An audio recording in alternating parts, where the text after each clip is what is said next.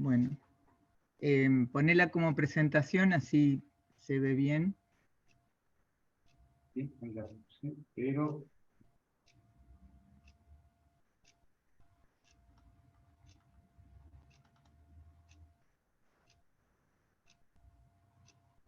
Bueno.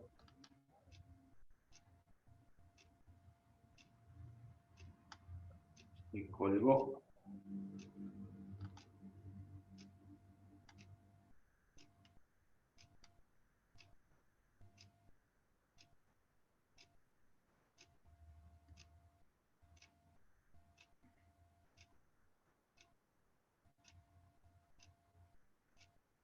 Bueno, se ve eso, ponela como presentación, así ya la vemos a pantalla completa. Y no me deja poner Abajo, pantalla completa. Me confía ponela abajo del todo y ponelo, estás en PowerPoint, ponelo abajo del todo que quede como presentación. me congeló la pantalla. Oh, no te preocupes, los nervios se trasladan también a la computadora.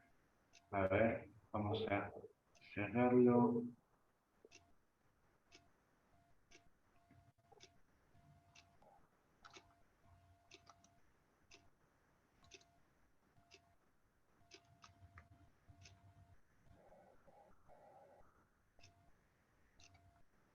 Bueno, buenas tardes. Continuando con el ciclo de charlas 2023 de Coprovna en Acción, hoy tenemos el agrado de presentar a Pablo Vázquez.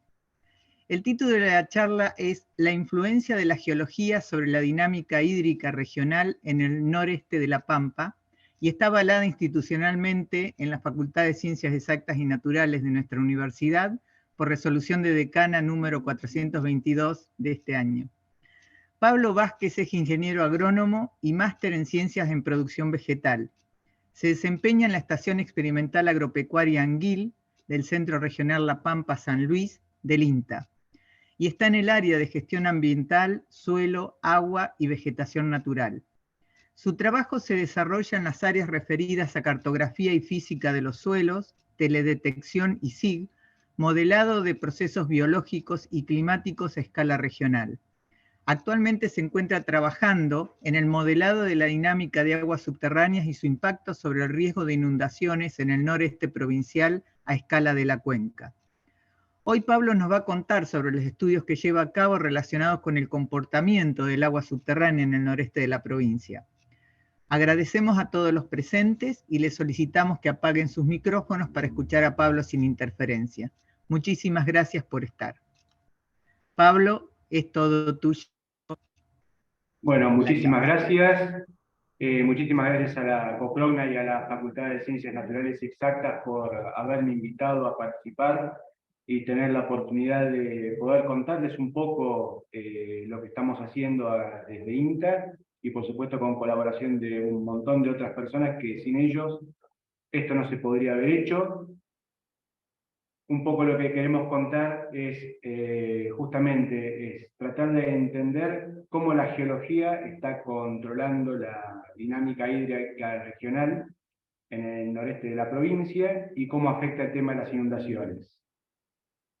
Tratando de hacer un poquito de historia, un poco contarles un poco de dónde vengo. Yo viví la mayor parte de mi vida en Mar del Plata y por supuesto estudié agronomía en la Facultad de Balcarce. Por supuesto, en Balcarce no tenemos ese tipo de suelos, estaba en suelos netamente agrícolas, pero yo siempre trabajé en lo que era la zona ganadera. Así que mi mayor actividad siempre fue en los bajos alcalinos sódicos de la cuenca del Salado, suelos bien arcillosos, natracuolpes, natracuoles, con este tipo de paisajes, y ahí es donde yo desarrollo la mayor parte de mi actividad. Estando allá, lo que armé fue en su momento un mapa de suelos y de riesgo hídrico a escala 1 en 25.000 para toda la cuenca del Salado, las 6 millones de hectáreas. Pero por supuesto a veces uno se queda con ganas de un poquito más, porque con solo tener el riesgo no nos está permitiendo el tema de saber cuál es el comportamiento de esas aguas subterráneas. por cuestiones familiares me tocó trasladarme a La Pampa y por supuesto mi idea de paisaje era es un paisaje mucho más árido, más seco, que seguramente no tenía problemas de inundaciones, pero para mi sorpresa acá también había el mismo problema, de hecho muy graves, de hecho más graves que en Cuenca del Salado, porque acá no solo es el agua, sino son las sales que también suben con la freática, cosa que allá no pasa, y tenemos este tipo de sorpresas. ¿Qué es lo que tenemos? El proceso de cambio climático ha distorsionado todas las condiciones normales, acentuando los eventos climáticos extremos, y lo que nos damos cuenta es que procesos de inundaciones que veíamos antes, uno cada 10 o 15 años, lo estamos viendo ahora casi año por medio, cada 2 años, y situaciones que se prolongan por más de 2 años. Lo que también encontramos es el tema de una freática que estaba bastante baja en términos generales, a principios de los 2000, estaba entre los 4 o 5 metros, y hoy está a 1,20 m, 1,30 m. Si bien ahora está bajando por prácticamente 3 años de sequía, la tendencia es lo que nos indica y que va a tender a mantenerse en esos niveles, siempre ahí cercano al metro, metro y medio, lo cual siempre nos va a tener en riesgo. Por lo tanto, es importante comprender esa dinámica y evaluar alguna factibilidad de implementar medidas de mitigación a mediano y largo plazo. Por supuesto, como ingeniero agrónomo, mi visión siempre fue hasta la profundidad de las raíces, o sea, podemos entender bien el proceso de precipitación y evapotranspiración, pero nos quedamos a veces cortos con el tema de la recarga. Y ni hablar cuando necesitamos entender esa dinámica subterránea, que es la que a nosotros se nos escapa. Por lo tanto, el desafío es intentar entender este proceso a nivel de cuenca, a nivel de gran cuenca, y tratar de ver hasta dónde uno puede llegar a poder manipular o controlar este proceso hidrológico. Y lo que vemos acá en el gráfico de abajo es, siempre que tenemos algún cultivo o alguna planta evapotranspirando, siempre creamos un pequeño cono de depresión, y lo que vemos aquí en azul es esa variación rápida estacional, que es la que vemos en un platímetro cuando recién acaban de ocurrir las lluvias, pero hay un proceso que va mucho más lento, como con retardo, que no responde a esa lluvia actual, sino que está respondiendo a procesos que son mucho más viejos, que son variaciones que van entre 1 y 20 años, y es lo que, lo que se denomina tendencia. Los que han trabajado con serie de tiempo van a entender a qué me estoy refiriendo, son esos procesos que vienen como con retardo, y lo que hacen es que cuando uno esperaría que la napa baje, en realidad lo que está pasando es que no baje, sino que se mantiene en determinados niveles. El tema es tratar de entender quiénes son los causantes de esos retardos y dónde están ubicados y cómo podemos mitigarlos. Antecedentes hay muchos. Tratamos de explorar toda la información que había para la zona, evidentemente hay muchísima, tanto en la parte hidrológica como geológica.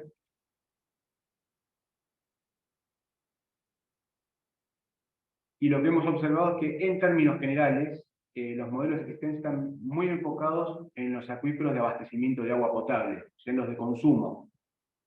Pero son pocos los que encaran el problema como una gran cuenca. Por eso, la idea fue comenzar a construir un modelo que contemple toda la cuenca como un conjunto, son aproximadamente 2,5 millones de hectáreas, y esto se hace dentro de un marco de proyecto de INTA.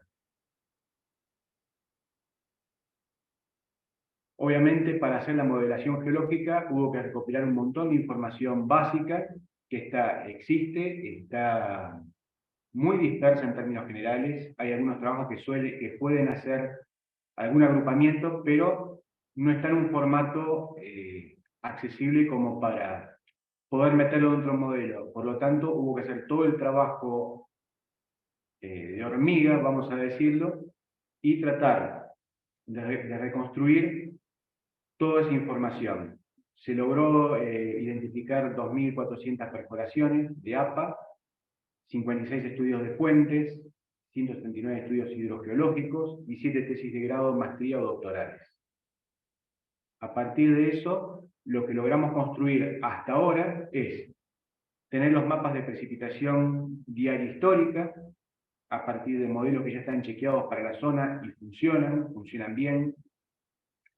Tenemos evapotranspiración real semanal, ya por un modelo desarrollado por Rivas, que seguramente muchos conocen, ha estudiado acá, y él logró ajustar un modelo bastante simple con temperatura de superficie para poder estimar la evapotranspiración real. Después tratamos de reconstruir 442 pozos con información físico-química completa, los cuales nos van a permitir entender cuáles son las características de estas perforaciones, de los sedimentos que ellos tienen, cuáles son las capacidades de absorción de agua, los caudales, que nos hablan un poco de esos materiales que están por lo menos en superficie. Pudimos reconstruir a partir de toda esta información un mapa de isopiezas a una fecha, y ahí pudimos definir las cuencas subterráneas y los escurrimientos subsuperficiales a partir de ellos. Lo que ven acá son las cuencas delimitadas, en azul. Todas esas ramificaciones sería el sentido de escurrimiento subsuperficial. Y lo que notamos, por ejemplo, en este caso, esta es la zona de pico, justamente vemos dónde están las divisorias de agua.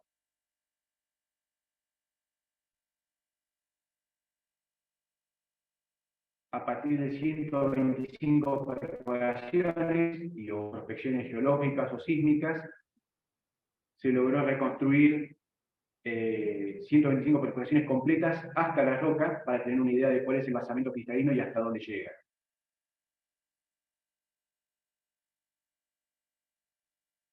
Con información complementaria se pudo densificar un poco más la grilla, donde había escasez de puntos, utilizando anomalías gravimétricas o anomalías magnéticas, y logramos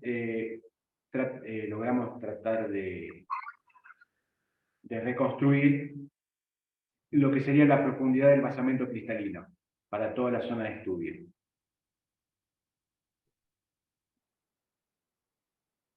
Con las perforaciones se construyeron los perfiles de sedimentos en 2 dimensiones. Los triángulos marcan los sitios donde están esas perforaciones, y lo que vemos en el gráfico en 3D son justamente esas perforaciones y los sedimentos identificados. A partir de estas perforaciones, lo que logramos armar fue un modelo en 3 dimensiones de esa geología, que es lo que nos está interesando, ya que la mayoría de los trabajos contemplan solamente hasta la formación Cerro Azul.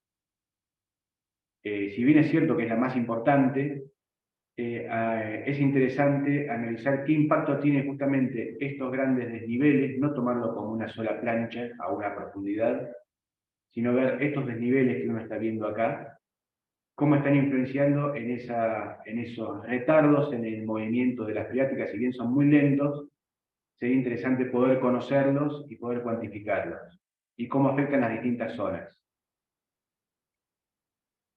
Por supuesto, esto es una parte del trabajo, esto recién está en construcción,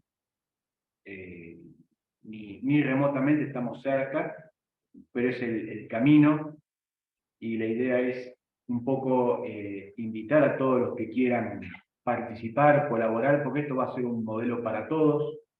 La idea es que esto, cuando esté terminado, esté disponible de manera cruda para que se pueda aprovechar y se pueda mejorar, ya que esto es solamente un primer paso. Y lo que estamos haciendo actualmente es recopilar todos esos parámetros hidráulicos de las diferentes formaciones, de los estudios que podemos encontrar, para poder justamente reconstruir toda la parte de física, de parámetros físicos de todos los sedimentos, para poder incluir esos parámetros dentro de un modelo hidráulico y ver cómo funciona el sistema hidráulico en la cuenca. Por supuesto, la idea de esto no es solamente ver ese movimiento de manera estática, sino es qué pasa con el uso del suelo, de manera de ver hasta dónde el uso del suelo puede llegar a modificar o controlar ese nivel freático y lograr que de las 500.000 hectáreas que hoy por hoy están bajo agua o están bajo un proceso de salinización activo, podemos lograr y controlar ese nivel freático que no supere los 2 metros. Obviamente esto es una prueba y queremos ver hasta dónde se puede hacer y hasta dónde no. Si bien esto a veces queda como sabor a poco, hasta ahora esto es un trabajo muy duro. Reconstruir las bases de datos es terrible, es enorme, y un poco lo que quiero es agradecer a todos los que han colaborado hasta ahora en la construcción de esto que todavía podemos considerar lo que es un borrador. Por supuesto, seguimos adelante. Desde ya, muchísimas gracias por todo y quedo a disposición para cualquier tipo de pregunta. Gracias. Bueno, Pablo, interesante. Ahora van las preguntas, vas a tener que desarrollar por ahí un poco más, entre ellas alguna que te haga yo. Tengo que agradecer a Laura Wisner, que es la secretaria de la Facultad de Ciencia y Técnica, que nos ayuda con estas charlas para poder difundirlas y poder que la facultad también esté interesada y nos apoye. Así que muchísimas gracias, Laura. Bueno, yo tengo una pregunta, voy a empezar yo. El hecho de que hayas usado esas perforaciones tan profundas, ¿no es cierto? Y te hayan aparecido cuencas, fíjate si pones donde tenés los perfiles y donde tenés o sea, la variación en profundidad.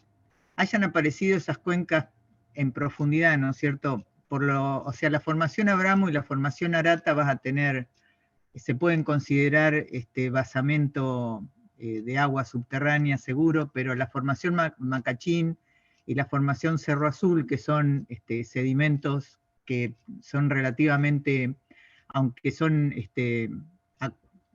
o sea, tienen arcilla, ¿no es cierto?, permiten el contenido de agua y permiten extraer el agua. ¿Cómo, o sea, vos tenés una cuenca, por ejemplo, en el segundo perfil, ahí tenés hacia profundidad, por eso te decía que es formación Arata y Abramo, que vas a tener, ahí es basamento, pero tenés más hacia el oeste, ¿no es cierto?, o más hacia el este, tenés aumentos de espesores en las formaciones que son portadoras del agua freática. Esas profundizaciones que casi no se observan en superficie, que son apenas observables en superficie, que es justamente donde pasa el río Quinto, ¿no es cierto?, en la zona donde pasa el río Quinto,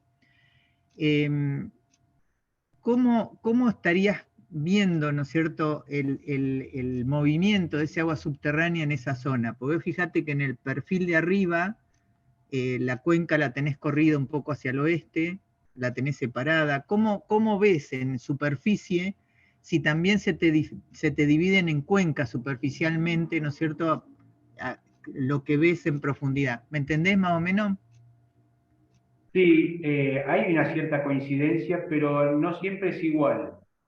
A veces cuando uno ve que el escurrimiento de agua superficial iría hacia el este, en términos generales, yo muchas veces lo que veo es que hay lugares donde va bien hacia el norte, o a veces es como que pega una vuelta.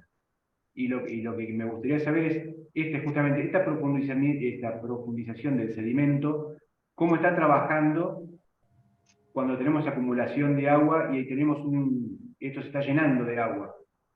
¿Cómo trabaja esto? ¿Trabaja como un dique? Me gustaría saber cómo funciona esto con respecto a ese movimiento de agua subsuperficial.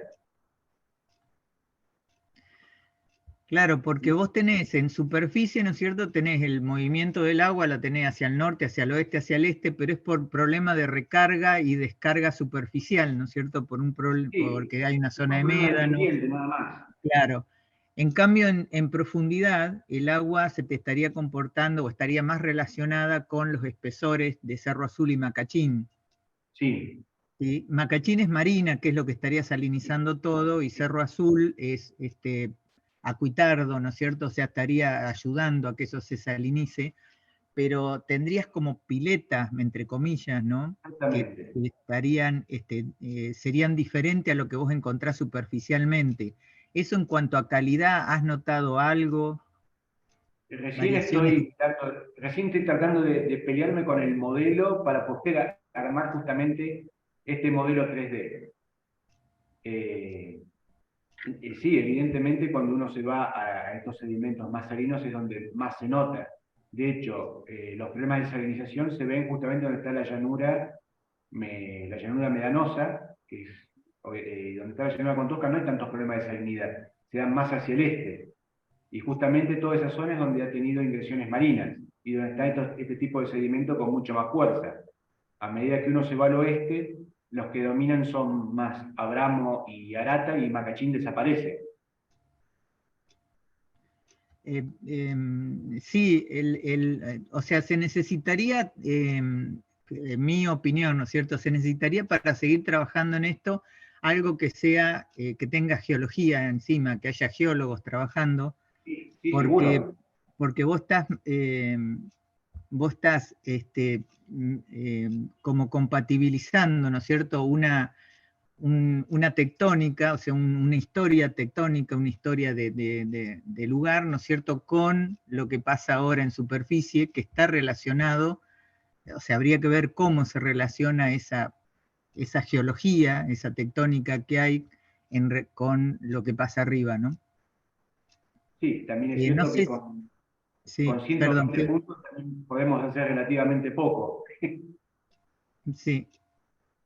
¿Alguna pregunta? Levanten la mano. Yo, Elena, Sí, Charlie. Sí. sí, una consulta. Bueno, en geología, un poco extendiendo los conceptos que vos vertiste. En geología hay, cuando uno habla de agua subterránea aquí en La Pampa, nos limitamos siempre a los primeros metros de la zona del acuífero, esencialmente Cerro Azul, y no nos profundizamos tanto. Y relacionando esto con lo que son los perfiles de profundidad, hay un concepto en geología que es el del agua con nata o el agua de formación antigua, y Mm. que muchas veces está relacionada con esos cuencos que vos estás mencionando ahí, son las ingresiones del Mioceno, lo que decía Elena, son sedimentos verdosos, gris azulado. Y esos sedimentos tienen una carga salina muy alta. Y dada la carga salina, su densidad también es mayor. Por lo tanto, el movimiento de ese agua es prácticamente casi, yo diría casi nulo. Además, estas capas arcillosas que están intercaladas o a veces son el piso de la formación, digamos, del acuífero explotable nuestro, el Cerro Azul, hace las veces de sello entre la capa salina y la parte superficial. Por lo tanto, esa interacción que vos que estás mencionando debería ser de muy baja relación, salvo en algún lugar donde ese sedimento por erosión o algo no esté y tenga algún contacto con lo que es el Cerro Azul o interactúe con la parte de agua más nueva, entre comillas, ¿no? Pero lo veo medio complicado que ese agua inferior pueda llegar a interactuar con el agua subterránea, digamos, que nosotros estamos acostumbrados a explotar, que es la parte superior. No sé, ¿qué opinas vos? Yo la verdad no soy geólogo, soy ingeniero agrónomo y como desconocía mucho de esto, yo lo que quise es hacer el esfuerzo de tratar de reconstruir todo y ver cómo estaba funcionando. Yo todavía no lo hice funcionar el modelo, yo hasta ahora estoy construyendo los bloques para poder correr el modelo. Es muy probable, alguien ya también me dijo que es cierto que de Macachín hacia abajo prácticamente es como si fuera el basamento cristalino, que no va a haber interacción. Pero a mí me interesa saber dónde se corta Macachín, que cuando uno esto lo abre y lo puede mirar bien en 3 dimensiones, que acá no se nota, hay muchos huecos donde puede haber cierta interacción y sería interesante ver qué pasa con eso cuando la capa está muy alta. Obviamente no deja de ser un modelo y después habrá que ver cómo funciona en la realidad. Es más como un ejercicio para entender cómo funciona más que realmente para probarlo ahora. Esto es mucho para aprender y para mí, la verdad, me excede. Esa es la verdad. Es un tema que me excede. Bueno, pero todos vamos a poner un poquito.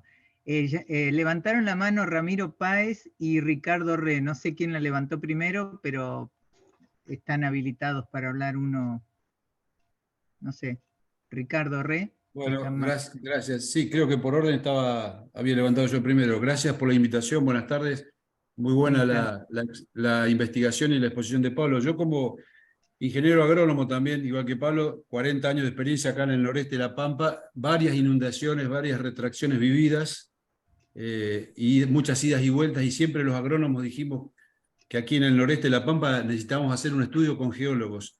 Así que yo celebro esta reunión, este trabajo que ha hecho Pablo, y como me atrevo a decir como primera investigación o primer avance profundo con seriedad sobre el tema. Y disculpen también, como Pablo, nuestra escasa formación en geología, acá hay expertos en el tema. También tenemos un agrónomo, doctor en geología, que es Cristian Álvarez, y está trabajando, entiendo, en algo de esta cuenca noreste de La Pampa.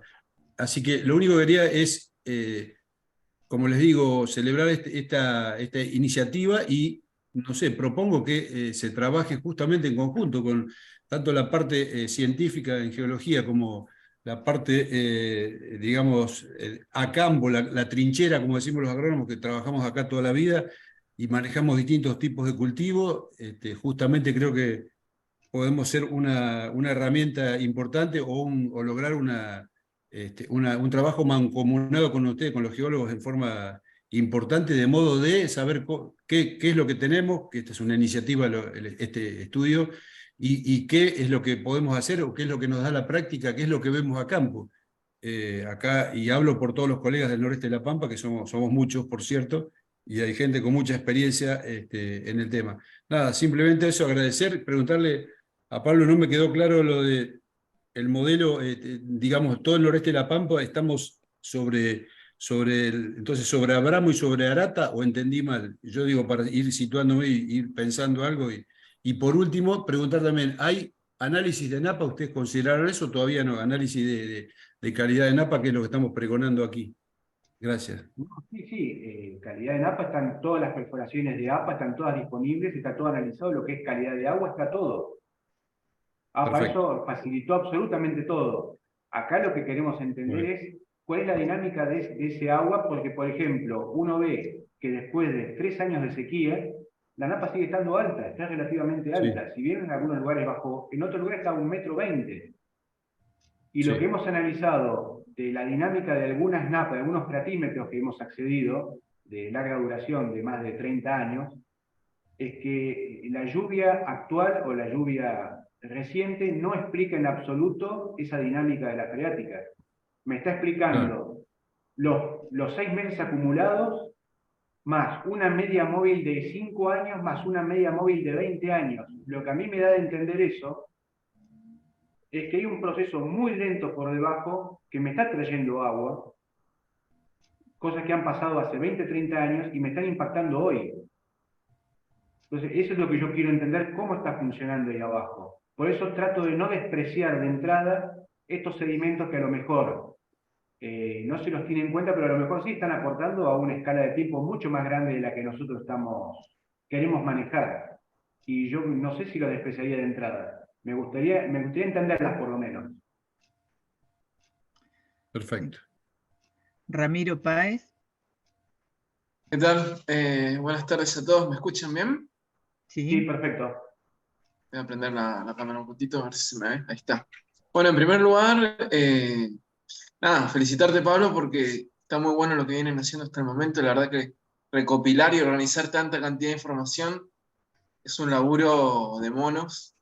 Y aparte, encarar un área tan grande para ejecutar un modelo que además tiene una componente no solamente subterránea, sino superficial, con cambio de uso de suelo, es un proyecto que da para muchísimos años y que efectivamente en algún momento me parece que tenía que comenzar.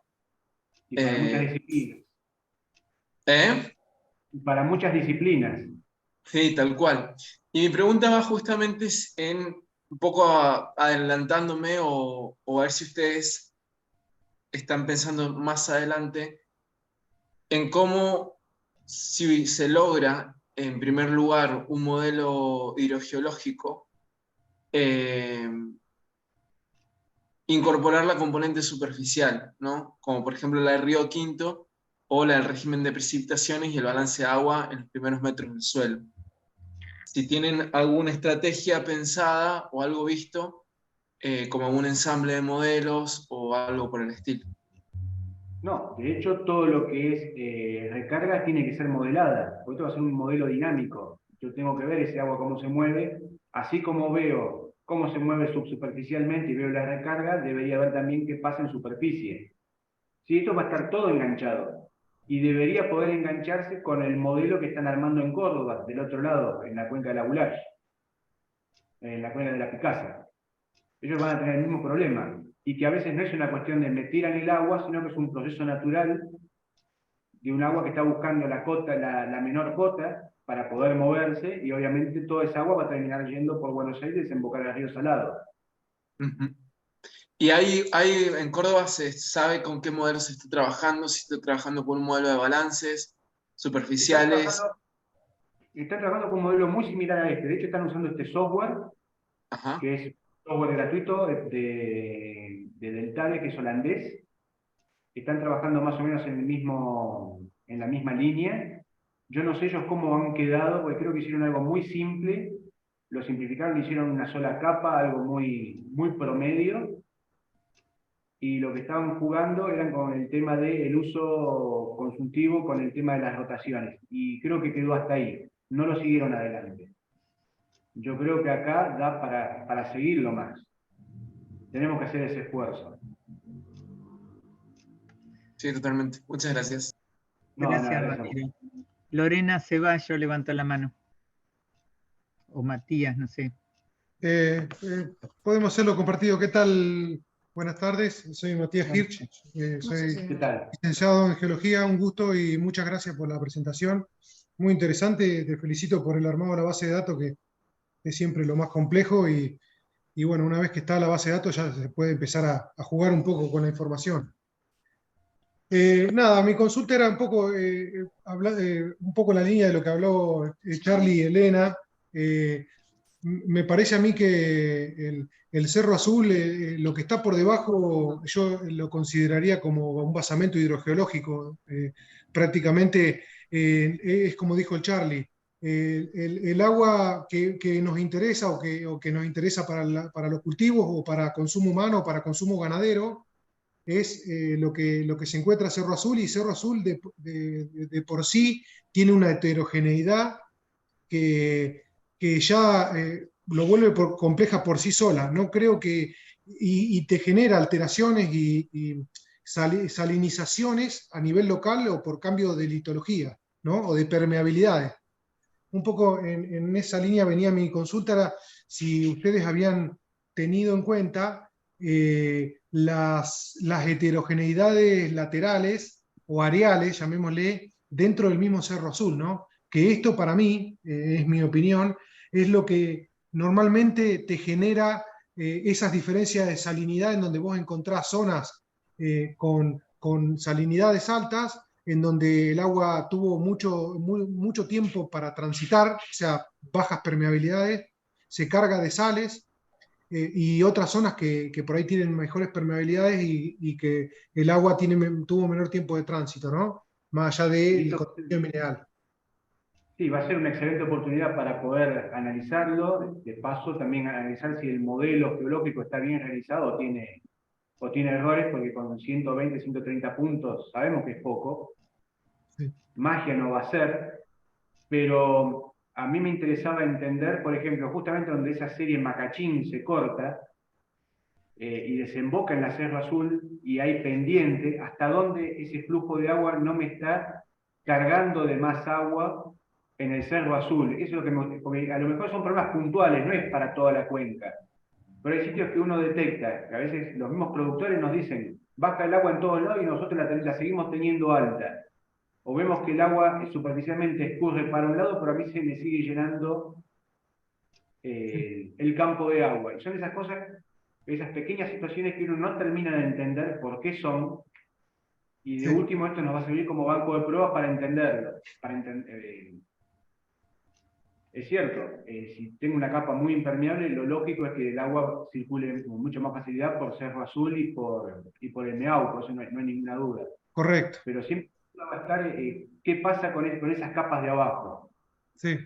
Sí, sí, yo creo que también pueden servir como carrier, ¿no? La base impermeable como un carrier de circulación, ¿no? Como la tosca en algunos sectores también, ¿no? Sí. Entonces, yo creo que el modelo, en mi opinión, tal vez para quitarle un poco de complejidad, que no creo que aporte demasiado, lo trabajaría solo hasta Cerro Azul, solo Cerro Azul. Perfecto. Y si no funciona, agregarle alguna capa más. Agregarle alguna capa más, pero me parece que ya de por sí Cerro Azul, si vos te pones a tener la posibilidad de ver los cuttings de los pozos, viendo las heterogeneidades en la vertical, ¿no? Y realmente te va a responder un montón de preguntas con respecto a la calidad, ¿no? Haciendo un mapa de isosalinidad, por ejemplo, y tratando de ver cómo se desarrollan las zonas arcillosas o las zonas más cerradas. Seguramente vas a empezar a encontrar similitudes o correspondencias por ese lado, me parece a mí. Está bien, perfecto. Y tal vez aportando esto que dice Mati, si eliminás esas formaciones, Arata, Abramo, que no nos interesan, reducís o lo haces más simple, pero la complejidad la vas a tener también en la tosca, porque vos para la zona de Arata, de Trenel, de Castec, ahí cobra importancia la tosca, y más hacia el este seguramente no, eso ya lo podés... Sí, la tosca, lo que es a profundidad de raíces, la tengo modelada. Bien. Mira, está bueno. Está bueno. Sí, porque es todo un tema aparte también la tosca, así como Cerro Azul. El tema es saber, porque algunos dicen que es impermeable, pero la verdad la tosca también es permeable. Es que a veces tenés canales de fisuras, claro, una circulación preferencial, y entonces tenés ese agua dulce que encontrás en el oeste, que en general debería ser más salada de la zona para Rancul, Realicó, se me ocurre, para allá. Pero bueno, por ahí tenés estos canales de circulación preferencial que hace que el agua esa de recarga dulce te aporte a una mejor calidad. Cuando te vas para el lado de Rancul, ¿me silencié? ¿Cómo? No. Se escucha perfecto. A ver. Cuando vas para Rancul vos te das cuenta que hay mucha de esa agua, en vez de correr hacia el norte, se me va más hacia el oeste todavía. Claro. Esta es la parte oeste de Rancul, que esta parte ya no entraría, pero... Porque es otro sistema hidrogeológico, responde a otros parámetros hidráulicos, es otro. Por esto responde más a, ¿cómo se llama? La formación Longovaca. Claro. Sí, está el basamento más cerca ahí. Tener el basamento cerca. Entonces yo lo que traté de tomar fueron todas esas pequeñas cuencas que pude identificar que me volcaban el agua hacia el río Quinto o hacia el este. Después todas las otras las saqué del sistema. Está bien. Sí, está bien. Sí, por ahí se puede trabajar también por microcuenca, ¿no? Por cuenca, y ver cómo corresponde el subsuelo con la superficie en esas cuencas puntualmente.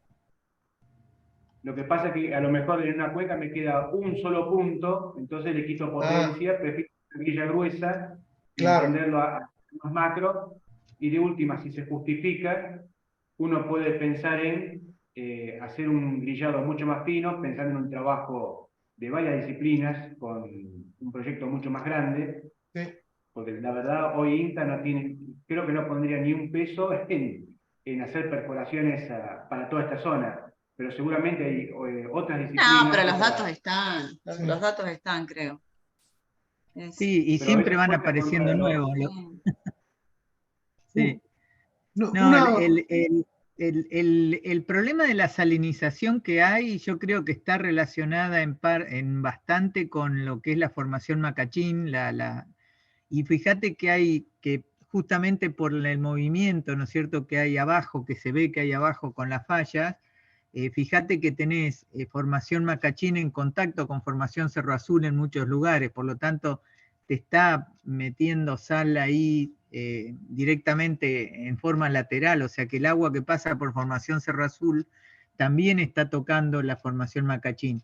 Y tiene Sí, aproximadamente la misma presentación, o sea, en cuanto a litología, en cuanto a compacidad, características de la roca, es muy parecida a la formación Macachín y a la formación Cerro Azul. Y lo que tenés ahí, ya te digo, es un movimiento de bloques que pone en contacto a formaciones que tienen aproximadamente la misma permeabilidad, sería con muy diferente en cuanto a al contenido salino, ¿no es cierto?, que puede llegar a aportar. Pero ya te digo, con respecto a lo que vos ves en superficie, vos lo que estás viendo son zonas de recarga y de descarga muy superficial y está relacionado con todo lo que es cuaternario. Yendo hacia abajo, la formación Cerro Azul, que varía si tiene tosca o no tiene tosca, como en el caso más al este, ¿no es cierto?, donde la tosca es mucho más, o no está, o es nada más que presencia de carbonato en el contenido, ¿no es cierto?, de la litología. Ahí tenés el problema de ese que pasa el río Quinto, que el río Quinto posiblemente pase por una falla. Vos fíjate que ahí en la Rudé tenés sí, esa aguas parte de termales. acá. El río Quinto estaría Claro. acá, en la parte norte. En la Rudé tenés aguas termales, así que eso viene de algún otro lado también. Sí, para mí, a mí te digo, me resulta súper interesante poder llegar a ver, ¿no es cierto?, geología metida así de esa forma en un programa de modelado. Y bueno, después que sería interesante hacer un proyecto donde, así interdisciplinario, que tenga dinero como para poder subsistir y seguir trabajando en esto, ¿no? Sí, ya digo, la información está, no me voy a sentar arriba de los datos van a estar disponibles, el que quiera trabajar con ellos va a estar disponible, el que los quiera, están para usarlos. Elena, Sí, Charlie. no puedo, no sé, no me permite levantar la manito acá el programa, no sé qué me pasa a propósito. Bueno, pregunte. Sí, te mandé un mensaje, pero no lo viste. No, No. no una pregunta, sino una consulta a Pablo, porque él habló de que en la seca no les baja el agua, en algunos sectores, que la gente de campo dice que no baja el agua. Y bueno, una cosa que yo eso lo observé, lamentablemente, hice una observación, charlamos en su momento con la tesina de maestría de Gaby Almazo, que al final nunca se pudo publicar, ni se defendió esa tesina por su fallecimiento, pero él ya había visto que tenía el mismo problema en la zona de Castex. Yo le dije, cuidado que en los últimos 20, 30 años ha habido un cambio muy grande en el uso de la tierra. Y eso influye enormemente, porque vos pasaste de un sector ganadero, agrícola, ganadero, y ahora netamente agrícola. Agrícola. Y quieras o no, el agua en ganadería es bastante lo que se sacaba en su momento. Y ahora no se está extrayendo nada de agua. Por lo tanto, no es raro que el agua no les baje, que se mantenga más o menos en el lugar donde tenés una pendiente hidráulica muy baja. Si vos no explotás el agua subterránea como abastecimiento para el ganado, y el agua se te va a quedar quieta, por más que tenga un año de seca. Y Así de que hecho, eso habría que ver si podés compatibilizar datos viejos de niveles de agua con el uso del cambio de tierra, capaz que sería una ayuda en el modelo que vos estás planteando para el no descenso del agua que está diciendo en las zonas digamos, en los periodos de seca, ¿no? no, Porque en seguro. realidad la recarga ahí en esa zona está el agua tan superficial, es prácticamente inmediata, tarda muy poco tiempo en recargarse, por lo tanto una lluvia enseguida te tiene que subir, pero bajar a veces no, porque vos no estás explotando.